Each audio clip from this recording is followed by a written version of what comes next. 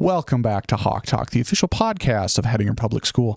I'm Joel Janikowski, your host, and we're here to keep you in the loop with the latest school news, offer insights from school board meetings, and dive deep into the educational experience our school provides for students, parents, and our tight-knit community.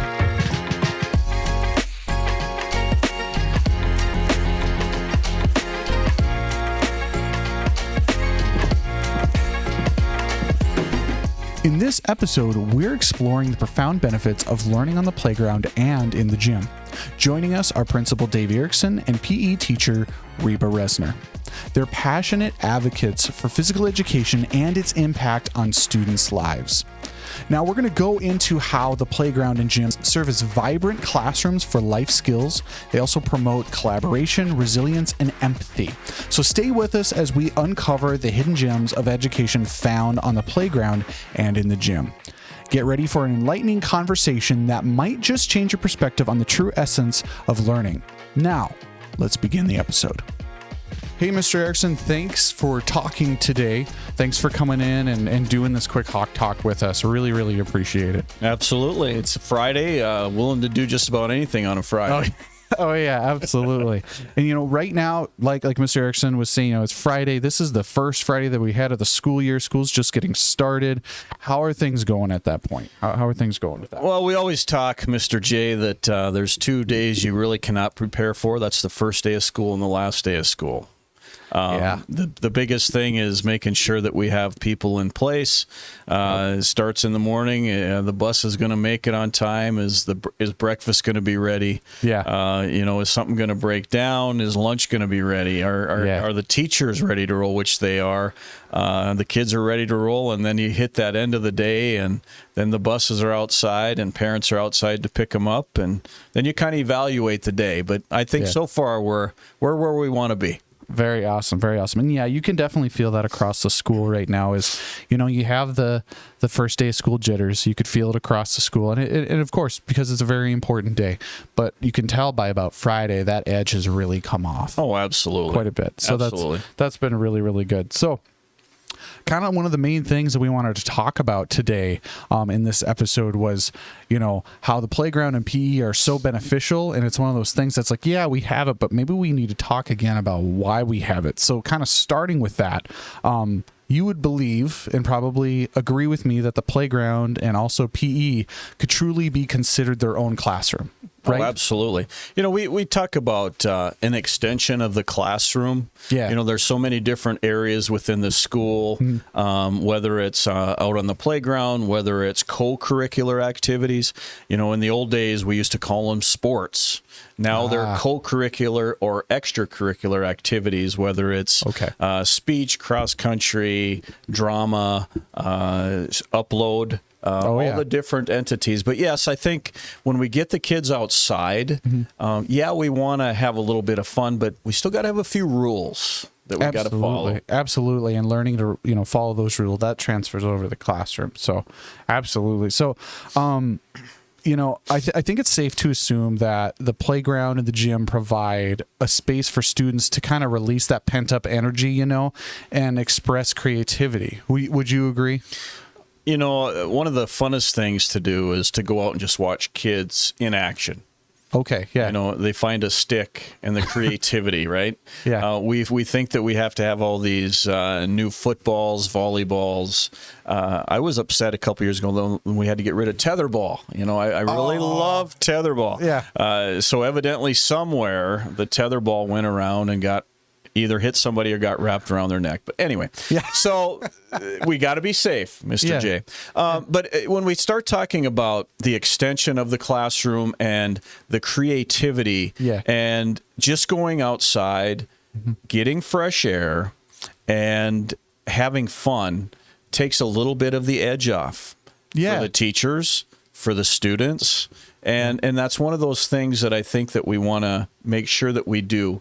Currently, we go about at 25 to 30 minutes, K through 6. And we're talking lunchtime. We're talking lunch, recess, whatever it is. Yep. Now, of course, a lot of teachers are very open to doing outside hands-on. We love that. 2 things are happening. You're getting the kids outside, some fresh air, which we need. Okay. And then we're also kind of doing something that is very creative, open-ended, walk around and show me something that has, wood in it, whatever, you can do whatever, creativity. Yeah. Now, with that being said, there's always people said, well, why don't we have more recess? Well, there are certain core subjects we have to get in. Yep. Then Absolutely. there comes the supervision. So we do allow the 25 to 30 minutes per day. We also do physical education, the 25 minutes. Okay. And then any time in the morning, if the students are here, we keep them outside. Absolutely. But it comes down to a couple of different things. It comes down to supervision. It comes down to the amount of time allotted. But any time that we have an extra minute or two, or there's an opportunity to get outside, our teachers take advantage of that.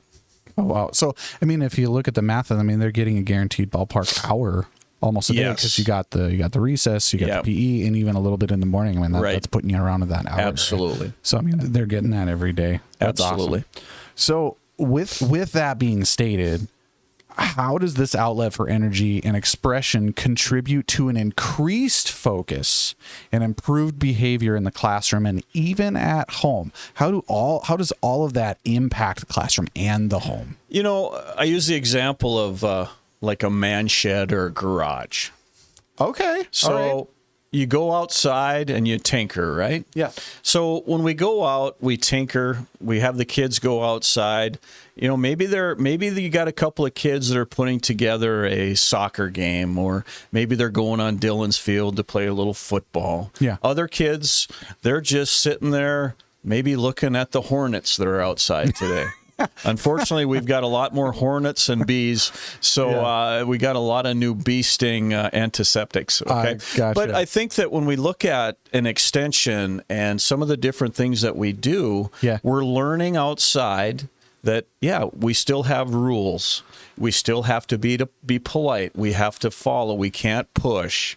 Yeah, those things come in naturally regardless. Exactly. So they're seeing those things not only at home. They're not only seeing them in the classroom. They're like, oh, here it is again, right with my peers. The biggest thing I see is interaction with kids that they normally would not. So the nice thing is right away our first recess is K through 2. Some of the kindergartners, they're still a little bit maybe nervous, but and you have a daughter, so she gets to see some of the first graders, and it's like, Dad, I got to play with the first graders, and they included me. Yeah, that's huge. So when we start talking about self-esteem, we start talking about kids getting into a group. Now, on the flip side of that, we may have a kid that is not included.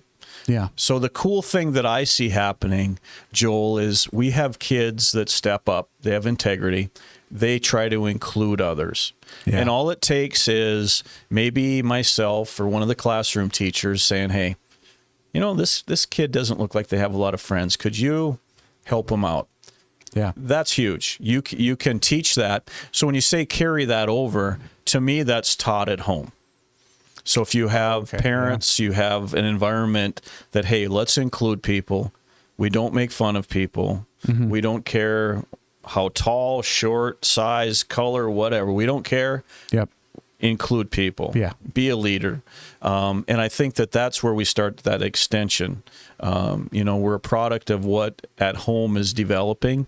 And anytime that we can work with parents, and kind of carry over those values at school. Same thing with discipline. If I have to call a parent, I'll start off and, hey, your son or daughter's in a little bit of trouble, but let's just talk. And I might come from the point, okay, if your son or daughter gets in trouble at home, what do you do? Getting on board with where's their perspective? What do they find that's important? So then we can jump on board with what they want. And consistency is huge. Oh yeah, because if those pictures look different from home to school, that's confusing for the kid. Absolutely. Wow. And just what we're talking about here too, Joel, is how we treat people. You know, and then when we get out on that playground, if somebody is getting, we hear getting picked on, right? So a different kid, that definition might mean something than somebody else. As they get older, then we hear the term bullying and harassment. Yep. And a lot of times we can take care of those situations on the playground, and then we can talk about them, and then we can carry that over. So hopefully at home, they can talk about them as well. Wow. That's awesome. That's awesome. So let's kind of move on to some of our next questions here. In what ways, if I'm correct, I think that's my next question here. Yep. So in what ways do physical activities and team games on the playground contribute to the development of social skills and cooperation amongst students? You got great questions, by the way, there, Mr. J. We hear this hierarchy, right? Yeah. Yep. So we have people that they are natural leaders. We have some that they're able to maybe fill in and not have to win all the time. Yeah. We don't have to be the best, right? Yep. We're trying to work on that a lot, the competitiveness. Yep. There's a fine line. We want our kids to be competitive.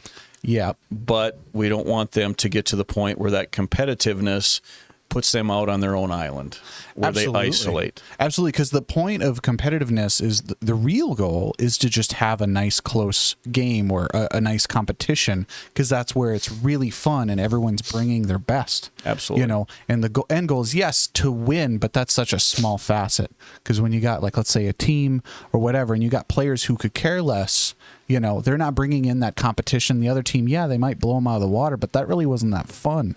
So focusing on the competing for the fun, not competing for the win. Absolutely. Right? Okay. The part of learning how to be part of a team. Yeah. That's huge. Yeah.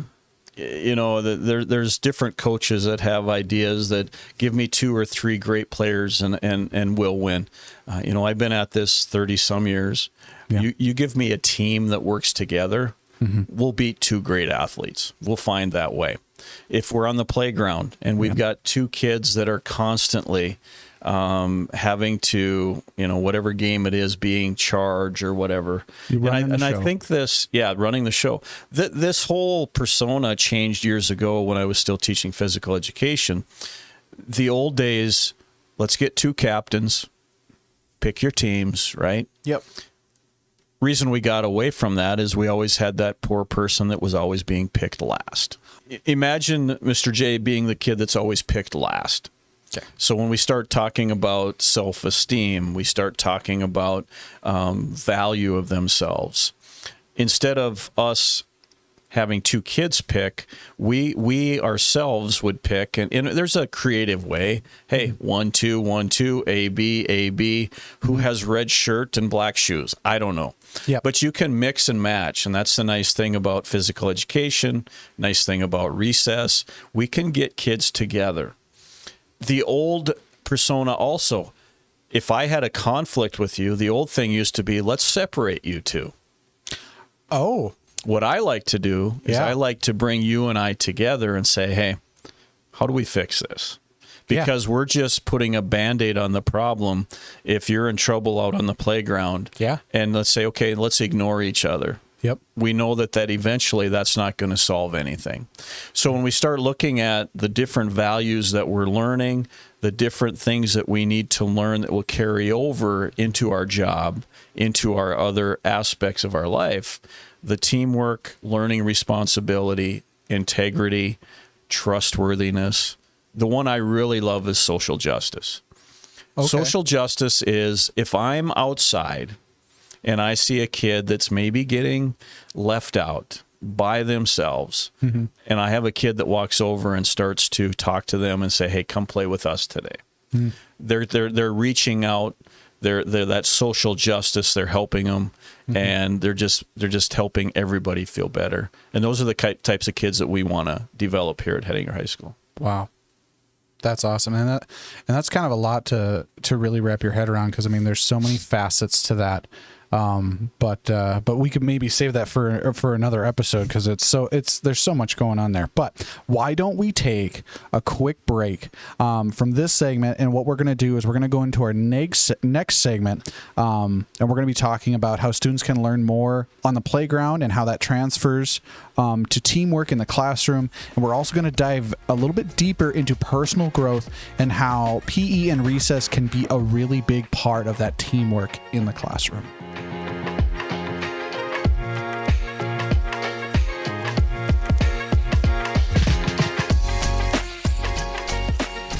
Okay, and welcome back to this episode of Hawk Talk. I'm sitting down with Dave Erickson, and we're going to dive a little bit deeper into this subject and in the second segment. So let's start with our first question here.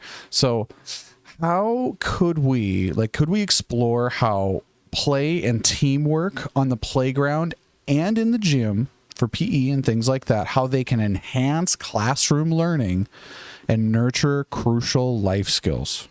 Well, the biggest thing with the classroom, we all know that communication is very important. Oh, yeah.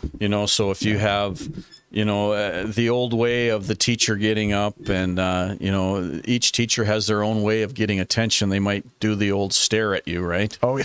Oh, yeah. Are we ready yet? Oh, you have the other one that might blow a whistle or whatever. Yeah. But I think the biggest thing is when we have the rules that we have set in place, no matter where you're at, church, school, playground, on the playing field, family dinner. Okay. We look at the different rules that we have. What are the values that we have? What are our core values?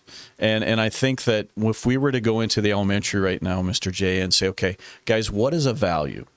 Well, we know some of them because we do that every day on our announcements and we do that on our uploads, okay? Yep. So we talk about integrity, trustworthiness, and we try to enhance the skills of the Hettinger Public School. Yep. So what does that mean, okay? Well, we want each kid to become an individual. We want kids to, the ultimate goal is to learn. I like to ask each kid at the end of the day, instead of say, what did you learn today? Tell me about your day. Oh, so instead of switching it like, hey, tell me what you learned, just because you know what they're going to say. Well, I didn't learn anything. Well, you did learn something. Oh, right? Yeah. But if you have a student say, hey, or a teacher or a coach, hey, tell me about your day, or a parent. Yeah. That's a little bit different. It's not like, oh, great, now you need to know what I'm doing. Did I get in trouble? Whatever it was. Yeah. Just tell me about your day. And I think that as we get older, if we carry that on in our relationships with our coworkers, that's huge because, hey, instead of what are you doing? Well, what does it look like I'm doing? How's it going today? Hey, tell me one thing what's your goal, or whatever it is. Yeah. And I think as we start to carry this on from school, you have people that get those questions, those open-ended questions, and start to try to get a little bit more. Yeah, we call them higher order questioning as we get older, okay? Okay. So, instead of, and Mrs. Schneider and Miss Block are doing a great job of this, now instead of the old ways with science, now we're going to go and you tell me why this is happening. Instead of learning about, and we still learn the cells and, the anatomical parts, all the bones and muscles, all that. Yeah. But now let's take it a step further. The other day I was upstairs and they were blowing bubbles. Yep. And they were measuring how big the bubble got. And then as they were going through, there was groups of 3. How can we make our bubble bigger? Gotcha. What are the steps that we can do? Instead of saying, okay, here's how you make a bubble, right? Now it's we're not procedural. It's more about the curiosity and letting the kids take and you the hit reins. it on the head. Instead of procedural now, let's look at the end result. How did we get there, and how can we improve it?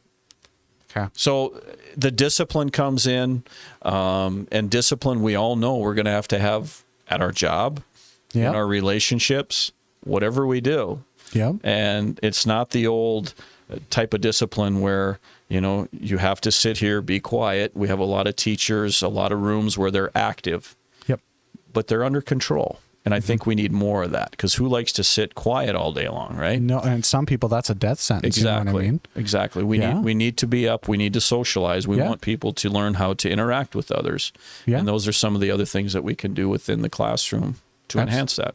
Absolutely. Absolutely. So after that, let's kind of go into a little bit more further of maybe some of your perspectives and some of the things that you've seen across the years that you've been, a teacher, also, a principal and all that.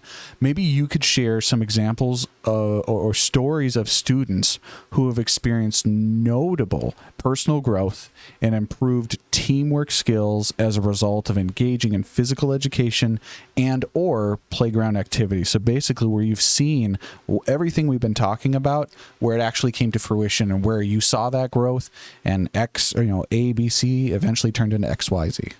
So, I think we're all concerned about our body image. oh, okay. As we've gotten older, and I think that as we go back in time, I have two students that stand out. And both of them, unfortunately, had eating disorders. And the thing that was early on in my career when we had eating disorders, the persona was, okay, let's weigh you, let's talk about this. And now we know that's the worst thing to do.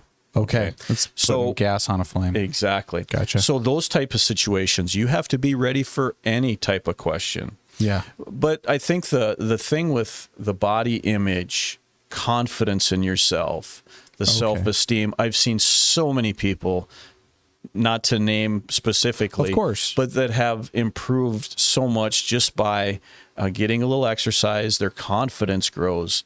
Hearing a positive comment from somebody else. In sports, elementary and junior high, you have a kid that's still awkward. They're too tall.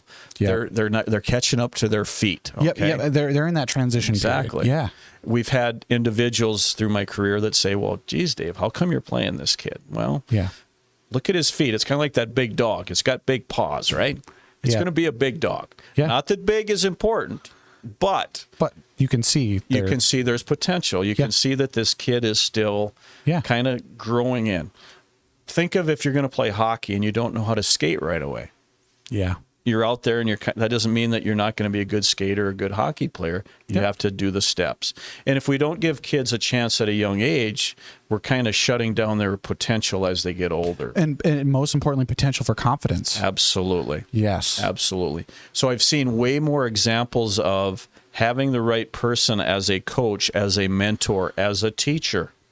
Instead of a kid coming into math and saying, I'm really bad at math, I'm not going to take any more classes. Well, that's the wrong attitude. We should be taking more classes so that we get better at it. Absolutely. Now, all of a sudden, somebody says, yeah, you're right. I agree. It's too much of a struggle. Let's don't work very hard.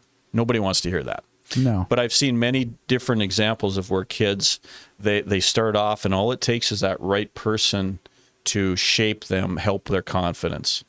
Unfortunately, sometimes the negative happens. Other people feed into it, or they listen too much to their friends, right?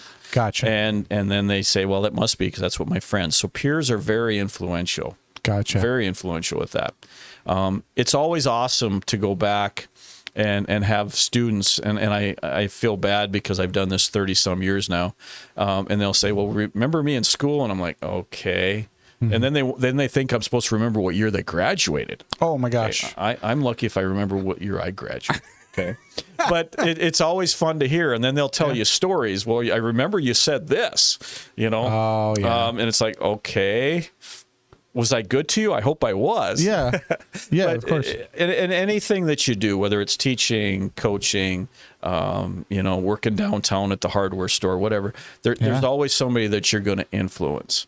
And I think as teachers, as coaches, as administrators, as janitors, as cooks, as secretaries, all it takes is that one person.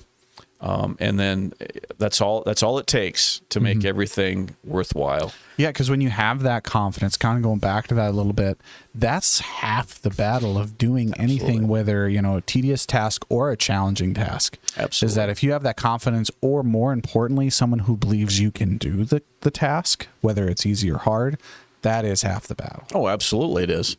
And if we give kids the skills to be a little bit more assertive, okay, yes, and say, okay, and they might say, well, I don't know what to do. And it's, okay, what do you think you should do? Let's put them in the driver's seat. Exactly. Don't do everything for them. And then getting back to some of the things that we can also do at home, buy your kid a bike.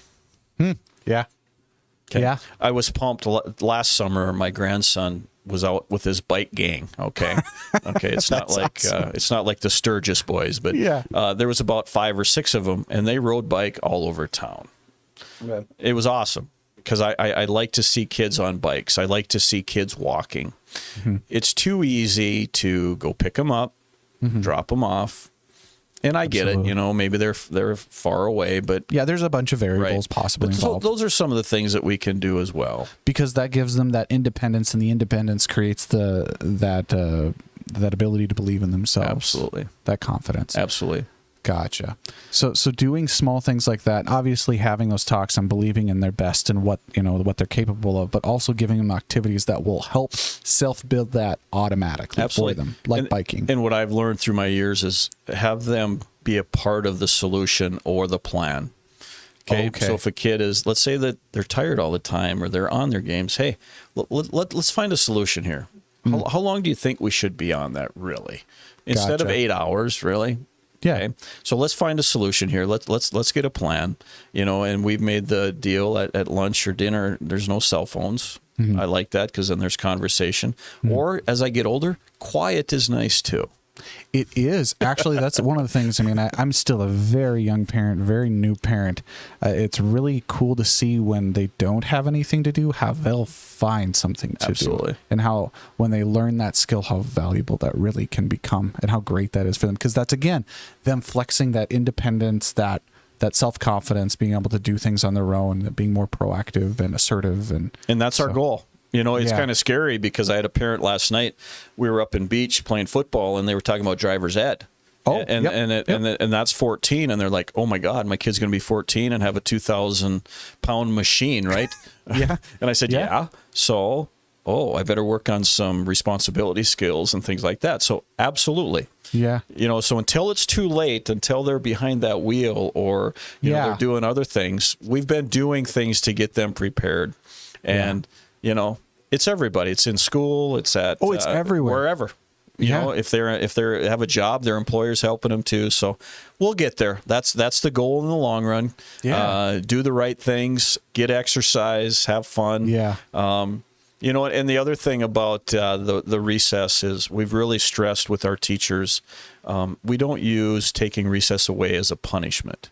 That's not something we don't do here. Right. If we do, it's going to be a short, maybe 5 minutes. Say, okay, you know what? You got in a little bit of trouble. Look at that. Your friends are having fun. They're outside there. Because the worst thing that we can do if a kid needs to get rid of some of that excess energy. Exactly. Yeah, so you're setting yourself we try not to use as much of that as we can as a punishment. And get outside, get that fresh air. All of us know how important fresh air is. Exercise, walk, talk. Have a great time, and everything then seems to just kind of slow down. Kind of fall in place a little bit. Absolutely. Okay. That's awesome. That's fantastic. So kind of moving into some of our ending pieces here, how can parents, teachers, and schools work together to ensure that the lessons learned on the playground and in the gym or class are effectively integrated into the broader educational journey of each student? Basically saying is, how can we make sure that all entities can work together, they're all getting told the same thing, and how can we work together on expanding this concept and following through? Absolutely. And we're doing it right here. Yeah. Communication. Yeah. I think the biggest thing is, and our community and our teachers are really good about this. If there's a question about something that's going on, whether it's in the classroom or somewhere else, the best way to find out is to ask. Unfortunately, sometimes we go around about asking other people for some reason, what they think. Yep. So I think the communication, I'm a communication nut. I probably over communicate sometimes, but I think as we learn what some of the things they're doing at school, and then carry that on at home. If there is something that you're kind of wondering, okay, so maybe my son or daughter wants to learn how to play volleyball. Hey, Miss Resner, what's the best thing that I can do with my son or daughter? So reaching out to the resources. Yeah, absolutely.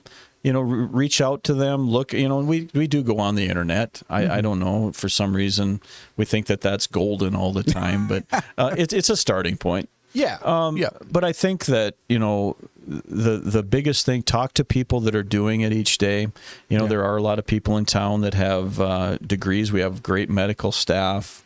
We have a lot of different people that can give us resources.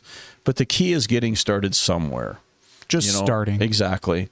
Be active at home. I know there's a lot of parents that like to go hiking with their kids. Oh, yeah. Okay. Yep. Go bike riding. Go for walks. Yeah. Now we got the pool. Take your kid. Oh my gosh, yeah. Go fishing, whatever it is. Mm-hmm. But I think the more we do together and it's something fitness based, then our kids learn how important that is. Well, I suppose with that, I mean, because you're going out and doing an activity, it's kind of a form of play in a sense, right?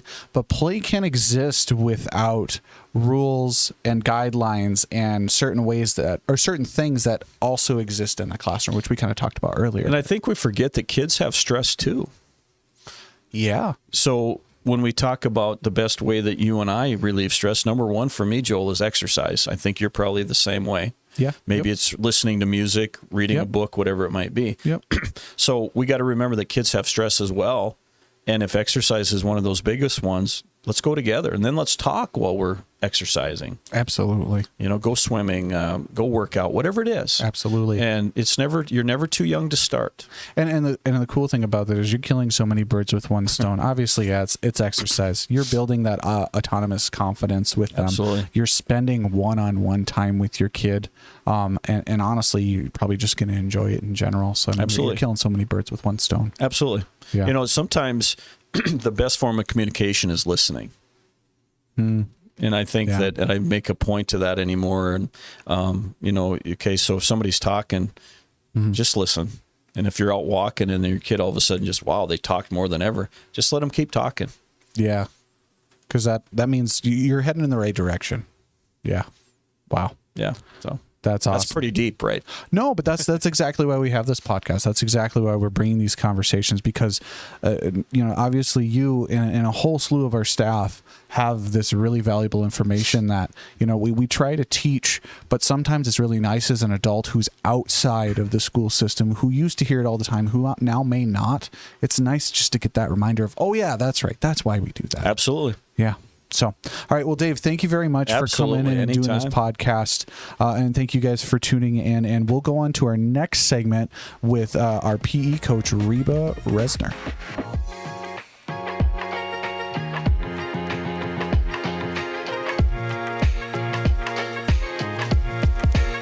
And welcome back to Hawk Talk. Today we have sitting with us Reba Resner, Miss Resner here, who was originally a business computers teacher and now is our PE teacher on the elementary side. Reba, thank you so much for coming in and sitting with and talking with us today. Yeah, thanks, Joel, for having me. We've only rescheduled, 12 times, it feels like, to try to get in here. So. It's been a couple times, and some of it's school schedules. You're busy literally every night doing volleyball. I think, what was it, all of October? Or no, was it all of September? You had every weekend was filled with volleyball. Yes, yeah. So from August 30th to September or October 7th, actually, was every weekend was volleyball. So. Oh my gosh. So yeah, it's just been busy. But thank you very much for just giving us your free time and a little bit of your morning to get this important information out to our public. So first and foremost, I got more of a fun question for you. Is, our kiddos are back in the playground. We're back in school. Things are starting. And what was the favorite thing to do? What was your favorite thing to do on the playground or in PE when you were a kid? So, of course, just PE in general was my favorite, and recess. That's kind of pushed me to this lifeline. So it's actually funny. Mr. Erickson was actually my PE teacher. So really? So it's almost like full circle situation happening a little bit. Yeah. But I would say the funnest thing was when we got to go outside and play, whether that be outside more structured for gym and got to play kickball. The playground was set up a little bit differently when I was a kid. Yeah. So there was a huge field where you could play full games, kickball, full games. I mean, we had bats, we played softball, things like that. We're a little more constricted now out there, but anything in PE, really. I just loved going and running around. Gotcha. Got me out of the schoolwork. Gotcha. Just having that, the option to get the energy out. Also, to the competitiveness is super fun, really engaging. So, were there any fun games that you were if there was that day, if it's kickball day or dodgeball day, you were yes? I would honestly have to say dodgeball day because our class didn't have we split a lot boys and girls, and we only had 5 boys in our class. Okay. So it was one of those things where like they always picked me to be on their team, so I just got to beat up on everybody else. So I wasn't necessarily getting beat up on, but I got to go beat up on everybody else. So Oh my gosh. Oh, that's fun. So yeah, you had that moment where you felt like, all right, so like I can provide value to the situation, and like you kind of had that thing that you could claim that was yours a little bit. So that's cool. That's really awesome. Okay, so speaking of also being a volleyball coach, we were talking about, how busy you've been. The season's been going really well. I've been really enjoying watching your kiddos play. How many times do you see the overlap between elementary PE and the students on your varsity volleyball team? Like how much overlap of what you teach in the gym or out on the playground overlaps with what happens out on the court? So we split all our stuff into units. So I could do a volleyball unit, which of course that would be more very specific to volleyball and the sport. But a lot of it is macro movements on just body control and general movements, not so much sport specific movements for PE. Okay, gotcha. So like when you're talking about macro movements, you mean large full body movements? Yep. Well, and it's like moving, just controlling your body, getting your arms out to catch a dodgeball, getting your foot to kick. I mean, just knowing where your body and spatial awareness a little bit, where you got some of those kindergartners that are learning how to run, and just knowing I'm not going to run into this wall. Like I have to stop type of thing. Yeah. So just a little bit of like spatial and court awareness would probably be one of the biggest ones at such a young age. As we get older, we do have that elementary volleyball program. So a lot of those kids can start refining it. And I do have quite a few kids on the free day where they grab a volleyball. So it's one of those things where if they're grabbing it, I'll coach them up a little bit in it, teach them some different things, but it's not so specific I'm not trying to foster them like, this is what we have to do right now. It's more of like, find your body a little bit. Absolutely. So just getting used to using that tool that you have. So, and I suppose like, just like anything else, you just have to practice it. You just have to go out and do it. And that's the only way you're going to learn those skills. Yeah. It's a huge, the more you practice, the more reps you get, the better off you are. So, I mean, there is an overlap. Anything physical activity that you can do is only going to benefit you. I mean, usually people that are good at basketball usually can pick up volleyball pretty, it translates across sports a little bit where it's like, they can pick it up. They got that athletic mindset. And then there's some that you're like, they can't even walk, but man, can they figure out volleyball?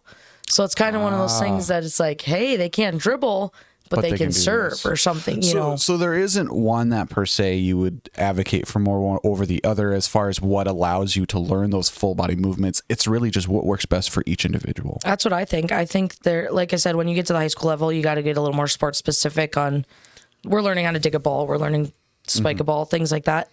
But a lot of it at a young age is just figuring out the body and how to throw a ball correctly, stepping, balancing with our feet and things like that. So we don't have kids falling over when they're trying to do something. Absolutely. What is some of the most common things that you may run into when they're in that younger stage of the skills that they're trying to learn? What's the biggest one right now that keeps popping up? We just got done with our throwing and catching unit for those kindergarten 1, 2 in the 3rd grade a little bit. And because that's not an assumed thing. I mean, I always think kids come in knowing nothing, and parents at home might have taught them something. They might have done the T-ball. They might have done stuff like that. And I mean, you can tell when those kids come in that parents have worked with them, but there's some that come in that don't, that have never thrown a ball. So it's like a lot of it is just figuring out, like I said, the body balance. And it's like, you step with your opposite foot to get torque. Well, they have no idea what torque is. So it's like, wiggle this foot, that's the foot we're stepping with. So just like keeping body balance where they can produce a pretty decent throw without like throwing their arm out or over exaggerating anything. Yeah. So it's one of those things where it's like they're almost kind of engaging muscles that they maybe necessarily didn't even know they had. Wow. Yeah, I suppose after a while you start hearing that like, oh, I'm sore. Yeah. And it's like, oh, hey, there's where it's at. There's that muscle you're working on. We how we set it up, we do a warm up and then a workout. So it's amazing all the different kinds of push-ups you see when we're like, okay, who knows how to do a push-up? And it's, I suppose. It's just, never done it. It's, and it's, some of them do have, and I don't know if it's daycare, if it's, they see mom and dad working out, I don't know. But it's one of those things that's like, okay, so the first couple weeks is just spent on proper working out, and they're like, oh, my stomach hurts, It's like, well, yeah, we're using our ab muscles. So things like that is really fun to see in those younger guys. That's awesome. So leading in with our next question here, how does the playground environment foster the development and refinement of motor skills in children? We've been kind of talking about those gross motor skills, but maybe you could provide some like specific activities that aid in improving those coordination and balance and agility and all that stuff. What are things that maybe that they could keep doing to keep building those skills? So the playground's set up actually fairly nicely. So in gym, we show them these things, and they're not going to go out and do push-ups out on the playground unless they're those crazy workout kids, which you get every once in a while. But there's like beams out there that go around. You'd be amazed how many kids just try to balance on those and walk all the way around the playground on those landscape timbers. And it's like they use what they have, and it gives them a chance to, they don't think they're doing it, they think they're playing. And it's like, use your imagination. Like I'm full into letting them explore and try. Well, yeah. things. And it's like fall down, like, you didn't pick up your foot, type of deal. But the biggest one out there, I would say, for coordination is every kid wants to do the monkey bars. I don't know how many kids I've carried at the bottom of those monkey bars or had, I fell off the monkey bars. It's like, yeah, well, it's a thing you got to practice. You got to be careful, and build that muscle. Well, and a lot of it is even how to land. So it's like, like, am I going to roll to my back? Am I going to land on my feet type of deal? So a lot of them I would say are definitely, it just gives them a chance to explore things that maybe push the limit a little bit, I would say, out on the playground where they're not so like, this is what we're doing. This is how we're doing it right now. And that football field out there and basketball courts, of course, anything related like that. I think there's been an ongoing soccer game for about 3 weeks now of just soccer out there, and they've gotten way better. And it's like, we haven't even touched on soccer in gym. So. No, but it just happened organically out on the playground, and that's the it game. And and I remember that as a kid, like you'd switch sports throughout the year, and there would just be like, all right, football's really it right now. And then soccer would become a thing, and then it would be tag or whatever. And I do think we did do a kicking unit, so I think some of that was like, instead of doing I'm going to pass to my teammate, I'm just going to kick the ball as hard as I can and score goals, right? So I think that's kind of why soccer got implemented out there. Of course. But no, I would agree. And there's a bell. The bell every time. Yep. And that's why I think it's just important for them to have that time out there, even just to explore and really tune up what their bodies are doing, especially when they're not paying attention to what anyone else is doing. Gotcha. So really what it comes down to is just having a plethora of options and letting their imagination do the rest. Because the body will do the little stuff. If you show it how to do the bigger stuff, the body's going to naturally be like, oh, okay, we got to put more weight on my outside of my foot to balance on this beam. It's good, they're doing it. Yeah, they're going to feel that, and they're going to love that little bit of challenge and push themselves, and that's a sort of game that they're creating for themselves. And very cool. Very, very cool. So it really just comes down to opportunity and variety, really. I would agree. Cool. Very cool. So now we're going to kind of go to, I wouldn't say it's a controversial topic, but it's an argument that does come up from time to time that we have heard, where some critics argue that academic subjects should take precedence over physical education. Now, obviously, we are a school, so we advocate for all types of learning, but considering the benefits of teamwork and social learning in the gym and on the playground, how would you respond to that perspective of saying, like, it should just be all academics? Why are we wasting our time? I'm full-sided PE on this one. That's good. And I know Mr. Erikson is as well, because there's a lot of schools that it's an every other day situation. So they alternate with gym and music. Well, I'm a big all around be well-rounded individual.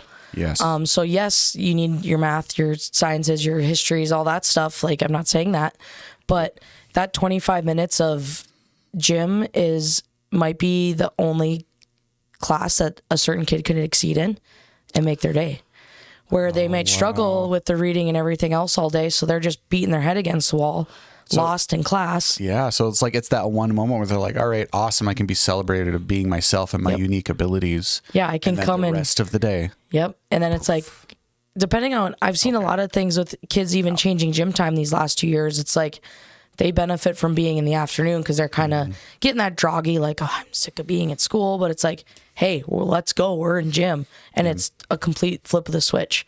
Oh, wow. So, just getting that blood pumping and getting things moving, it like almost affects their mood and everything entirely. Right. Wow. Well, and that can go the other way too, because there are some very competitive children.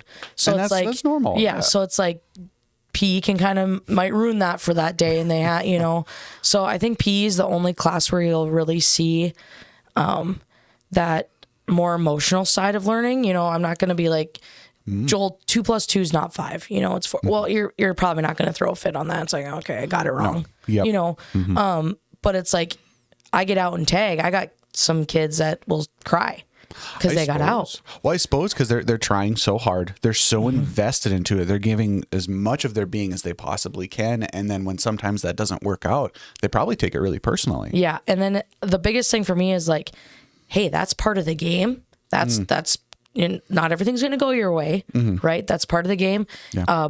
You get an opportunity in, rainbow take 2 more colors to get back in and try again. Okay. And that's the coolest thing about gym. It's like, oh, do it again. You missed the basket, shoot it again.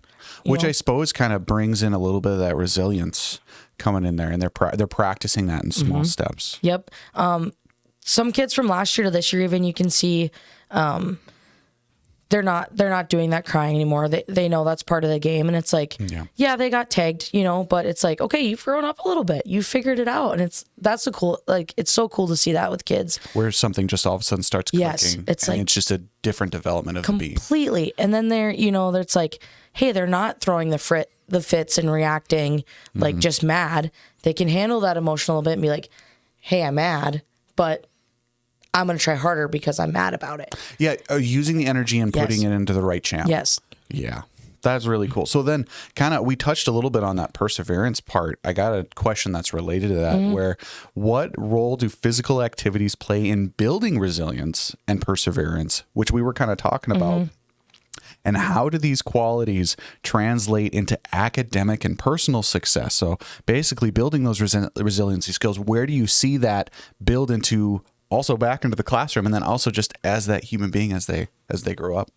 So I think PE is probably the first place that they get to experience a little bit of that retrying stuff, because they go and do their math test. They might not get it for another week. Yeah. The math test part of it, spelling test, whatever it may be, where PE, you get out in dodgeball, you get tagged out in tag, you get out in kickball, whatever it may be. Yep. It's like, you don't have long, and you got to do it again. You're kind of forced to do it again, where it's like, holy cow, I got to get my mind right. I'm going again. Yeah. So it's like a little bit of that grit where it's like, I can't worry so much about what that last thing happened. Yeah. I have to be ready for the next one. I suppose it's just one of those things where it's just they learn that mental toughness. They learn that ability to maybe let go of some emotions that they're dealing with, and all that stuff. Or figure out, like, that's not really that important for me to be stressing about. I'm more worried about kicking this home run. It's like, I didn't care that Joel was stuck at second and he should have ran, like, type of things like that. Yep. So I think it's just finding their way through. And we have some emotional kiddos. There's nothing wrong with that. Yeah, there's the gamut of all types. Oh yeah, well, and I was one of those. I don't know how many days in PE I sat out because I was throwing a fit. But thank you, Mr. Erickson, for making me do so. Like I said, full circle type of deal. Oh yeah. But it's the only class I would say where there is so much emotion and so much, honestly, a lot of real world just life, not necessarily for a specific job or anything like that, but working together with a team. How are you going to react when someone lips off to you?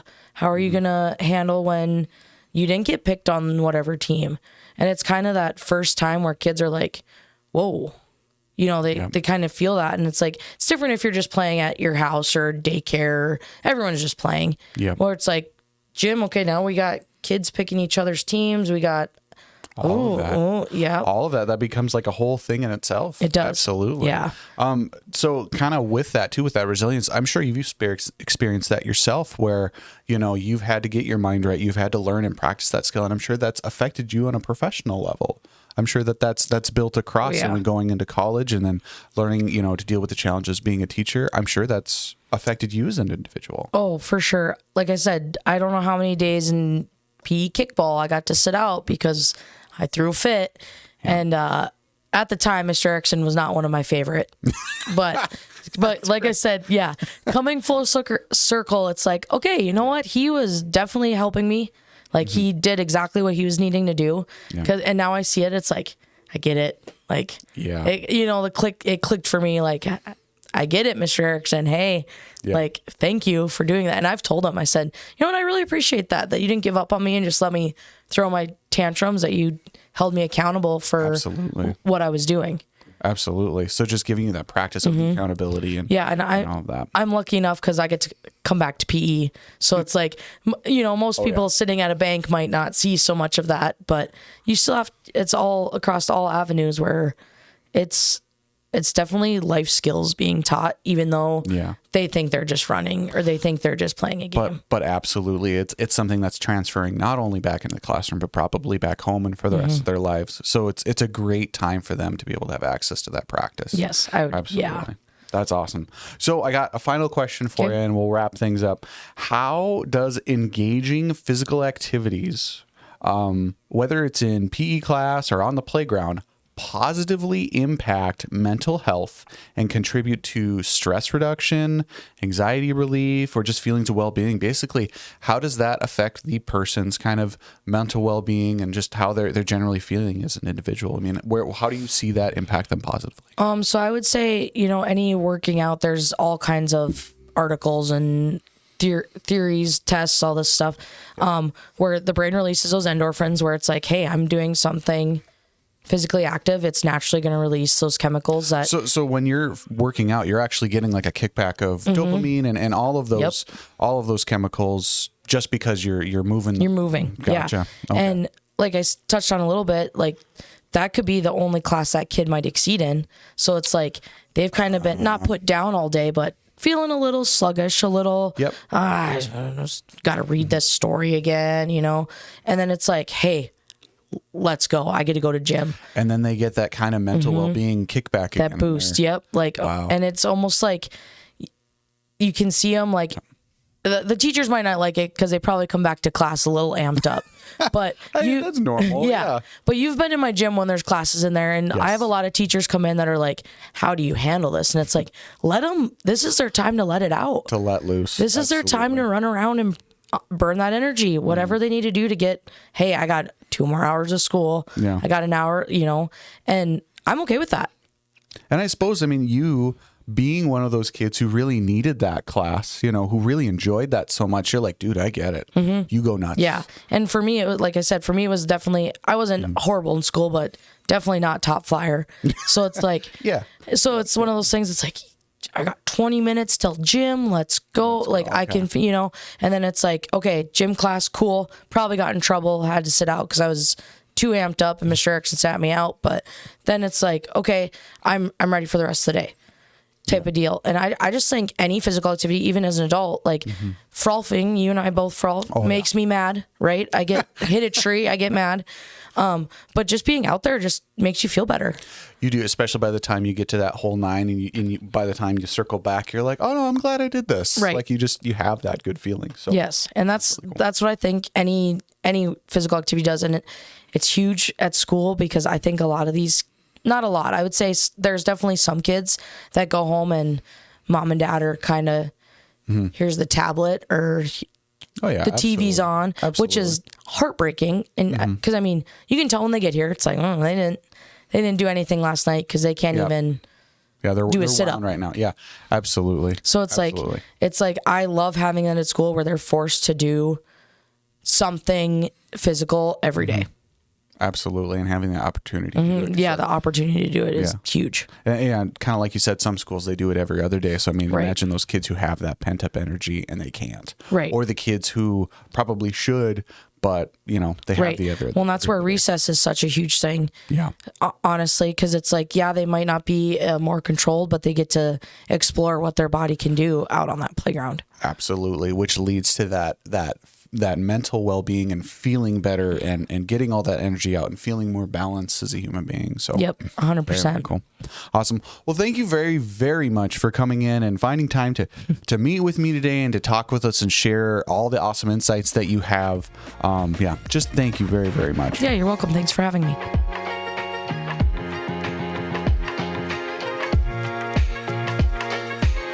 And that's our episode. A big thanks to Mr. Erikson and Ms. Resner for providing insights into the value of moving our bodies, the confidence it brings, and the stability that it provides. And remember, you can listen to Hawk Talk anywhere that you get your podcasts, whether it be Apple Podcasts, Spotify, or even Google Podcasts. So thanks for listening and have a great day.